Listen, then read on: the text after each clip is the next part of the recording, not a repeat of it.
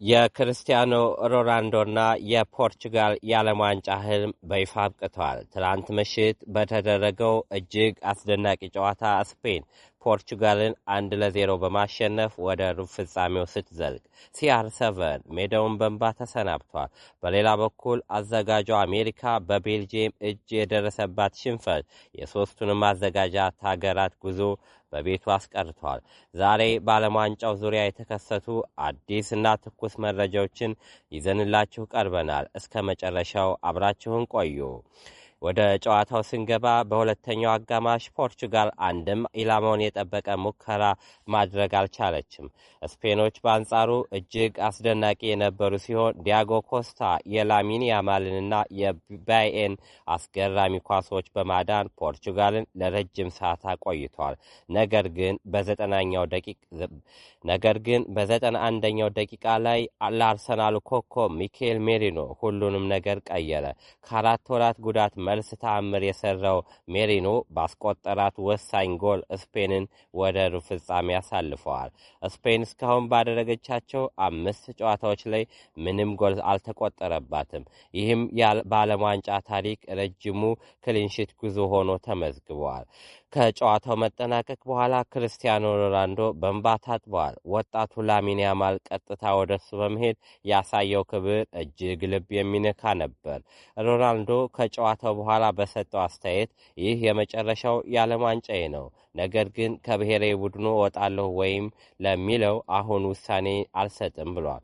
በተጨማሪ ከኒ በፊት ፖርቹጋል ምንም ዋንጫ አልነበራትም። እኔ 3 ዋንጫዎችን አምጥቻለሁ። ነገ ጠዋት ህሊናዬን አልፎ ነቃለሁ ሲል ተናግሯል። ከሽንፈቱ በኋላ ግን አሰልጣኝ ሮቤርት ማርቲኔዝ ከኃላፊነታቸው መነሳታቸው በይፋ ተረጋግጧል።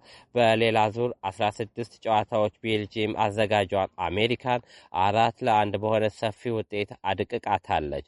ቻርለስ ዴክትላስ 2 ጎሎችን በማስቆጠር የጨዋታው ኮከብ ሲሆን ሃንስ ቫናካልና ሮሜሎ ሉካኮ ቀሪዎችን ጎሎች አስቆጥረዋል። በዚህም መሰረት ቤልጂየም በሩብ ፍጻሜው ከጠንካራዋ ስፔን ጋር የምትገናኝ ይሆናል። የአሜሪካ መሰናበትም የዘንድሮ ዓለም ዋንጫ የሚያዘጋጁት 3ቱም ሀገራት አሜሪካ፣ ካናዳ፣ ሜክሲኮ በዙር 16 ላይ እንዲሰናበቱ ሆነዋል። በሌሎች ዜናዎች የእንግሊዙ አማካይ ጆርዳን ሄንደርሰን በአትሌቲካ ስታዲየም ድል ካደረጉ በኋላ በነበረው አከባበር ላይ የእጅ አንጓው ስብራት ስለገጠመው ቀዶ ጥገና አድርገዋል። ከዓለም ዋንጫው ውጭም ሆነዋል።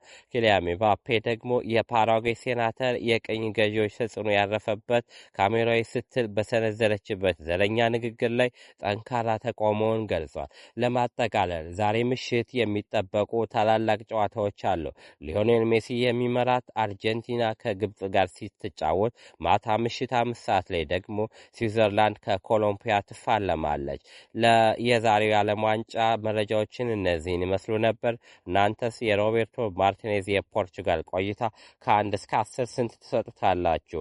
ሮናልዶ ከብሔራዊ ቡድን ሙሉ በሙሉ መገለል አለበት ወይስ ይቀጥላል? ሀሳባችሁን ኮሜንት ላይ አስፍሩልን። ቪዲዮን ከወደዳችሁት ላይክ ማድረጋችሁንና አዳዲስ መረጃዎችን እንዲደርሷችሁ ቻናላችንን ሰብስክራይብ ማድረጋችሁን እንዳትረሱ። በሌላው ቪዲዮ እስከምንገናኝ መልካም ቀን ይሁንላችሁ።